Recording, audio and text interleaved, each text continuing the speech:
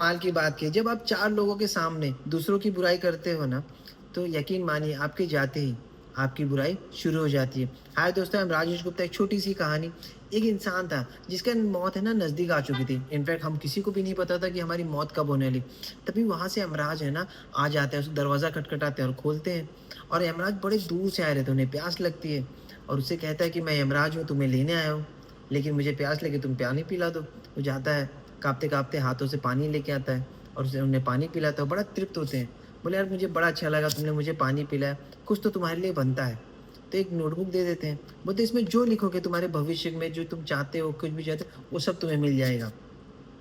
तो बड़ा प्रसन्न होता है, बोला जो चाहिए उसको लिख दो। तो जैसे ही वो खोलता है ना, तो वहाँ पे दिखता है कि जो तुम्हारा पड़ोसी है ना, उसे 3 करोड़ की लॉटरी लगने वाली है। उसे और ईर्ष्या लगती है, लिखता है कि ये नहीं होना चाहिए, ऐसे कैसे उसको 3 करोड़ की लॉटरी लग जाएगी। फिर लिखता है, दूसरा पन्ना पलटता है, मतलब जो तुम्हारे सामने रहता है ना, बहुत दिन से पॉलिटिशियन कर रहा है, बहुत घूम रहा है इधर-उधर, उसको मंत्री पद मिलने वाला है। उसे और ईर्ष्या होती है, बोलती है ये नहीं होना चाहिए। फिर तीसरा लिखता है, तीसरा पन्ना पलटता है, मतलब उसके सामने के बाजू वाले को घर में गाड़ी आने वाली है। उसे बता रहे हो गाड़ी चाहिए तो उसको स्कूटर में ही रहना चाहिए, उसको गाड़ी नहीं मिलनी चाहिए, वहाँ पे लिख देता है नहीं होनी चाहिए। फिर चौथी चीज़ पलटता है, तो वहाँ पे देखता है कि मेरे जो बॉस हैं, उन्हें प्रमोशन मिलने वाला है। तो बोलता है, "यार वो तो प्रमोशन डिज़र्व नहीं, कुछ काम ही नहीं करता, उसको कैसे मिल सकता है?" तो फिर वहाँ लिख देता है, इसको नहीं मिलनी चाहिए। जब पाँचवाँ पन्ना जब खुद लिखने का समय आता है ना, तो यमराज जी उसका हाथ खींच लेते हैं। बोलते बस हो गया, 5 मिनट का समय मिला था, अब इससे ज़्यादा नहीं। बोलते अरे मेरा पन्ना तो आने ही वाला था। बोलता मैं तो देख ही रहा था, तुम लिख तो बहुत रहे थे, लेकिन तुम क्या कर रहे थे? तुम 5 मिनट से एक ही काम कर रहे थे, अपनी किस्मत की कहानी लिखने के बदला तुम दूसरे की लिख रहे थे।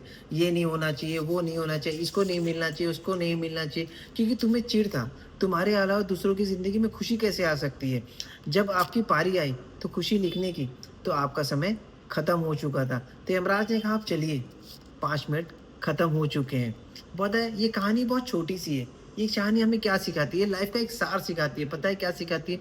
सिखाती है हमें कि जो टाइम का इस्तेमाल कर रहे थे, जो इस्तेमाल करना चाहिए था, कामयाब का, अगर अपने आप से निकल गया। तो सबसे पहले कभी भी आपको लगे ना, आप जिसमें ऊपर भी कमी निकाल रहे हो ना, सबसे पहले अपने अंदर झाँकिए।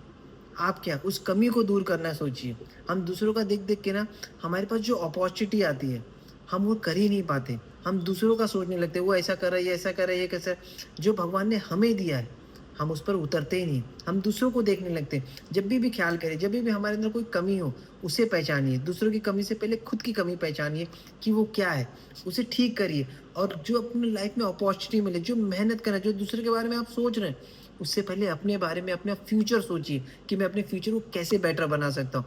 ज़िंदगी अपने आप आसान हो जाएगी, जो हम दूसरों का देखते रहते हैं। Thank you so much. अपना ख़्याल करिए।